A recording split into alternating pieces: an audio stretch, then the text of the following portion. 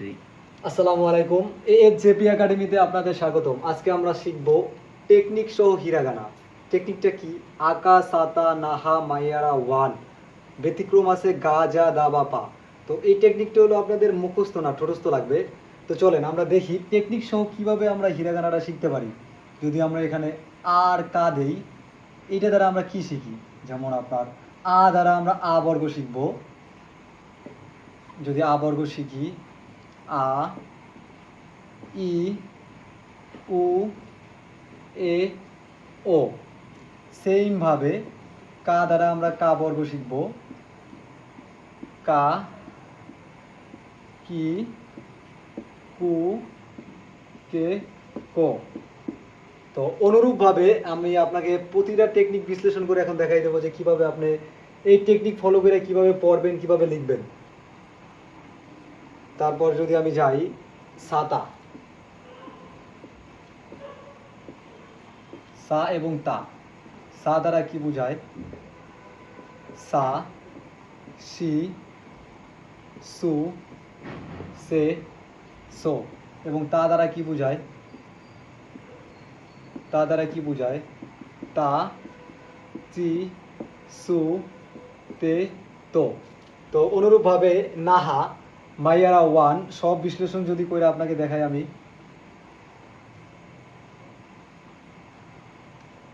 নাহা, না হা। তো না দ্বারা না কলাম, না, নি, নু, নে, নো। এবং হা দ্বারা হা কলাম, হা, হি, হু, হে, হো। সেমভাবে পরে যদি দেখাই আপনাকে আমি, মাইয়ারা, মা ইয়া রা। তো এইখানেও আপনার তিনটা কলাম আছে। মা দিয়া যদি আমি আপনাকে দেখাই, মা, মা, মি, মু, মে, মো।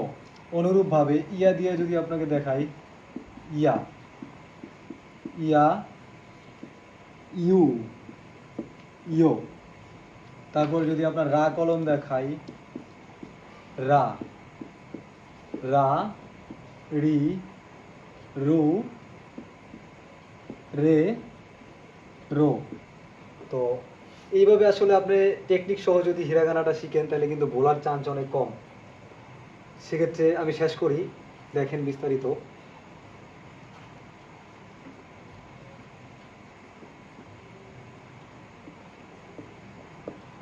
ওয়া ও ন। তো ওয়া একটা বর্ণ, ও একটা বর্ণ, ন একটা বর্ণ। এটা হলো লাস্টের কলাম। যদি আপনাকে আমি ওয়া দেখাই, ওয়া, এবং ও দেখাই, ও, এবং ন দেখাই, ন। তো মোটামুটি আপনার 46টা কিন্তু কমপ্লিট। হিরাগানার যে 46টা বেসিক আছে এটা কিন্তু কমপ্লিট। তারপর যদি আপনি তেন তেন আর মারু দিয়ে যেই বর্ণগুলান আছে ওইগুলো যদি দেখেন, তেন তেন আর মারু। মারু থাকে আপনার একটা কলামের উপর, তিন তিন থাকে আপনার চারটা কলামের উপর। তো এর একটু আমি বিস্তারিত আলোচনা করি। গা, যা, দা, বা, পা। তো গা কখন হয়? কার উপর তিন তিন দিলে গা হয়। কা, কা যায় গাওয়া, এবং কি যায় গিওয়া, কু যায় গুয়াইয়া, কে যায় গেওয়া, কো যায় গোয়া। তারপর হলো যা, সার উপর তিন তিন দিলে আপনার যা হয়। জি, জু, জে, জো। তারপর দা, মানে তার উপর তিন তিন দিলে আপনার দা হয়ে যায়। যেমন আপনার চির উপর তিন তিন দিলে এটা জি হয়ে যায়, এবং সুর উপর তিন তিন দিলে এটা জু হয়ে যায়। এই দুটো হলো আপনার ব্যতিক্রম, মানে এই দুটোর উচ্চারণ আর কি দা দি এরকম হয় না। এটা জি হয়ে যায়, এটা জু হয়ে যায়। তারপর হলো দে, তারপর হলো ধো। সেমভাবে হার উপর তিন তিন দিলে আপনার বা হয়ে যায়,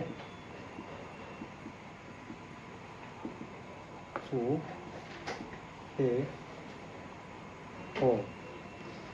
সেমভাবে যদি আপনি আবার হার উপর মারু দেন তাহলে পা হয়ে যায়, পা পি পু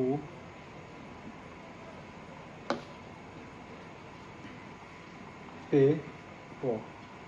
তো আশা করি আপনার টেকনিক সহ হিরাগানার যতগুলো বর্ণ আছে সবগুলো আপনারা বুঝতে পারছেন।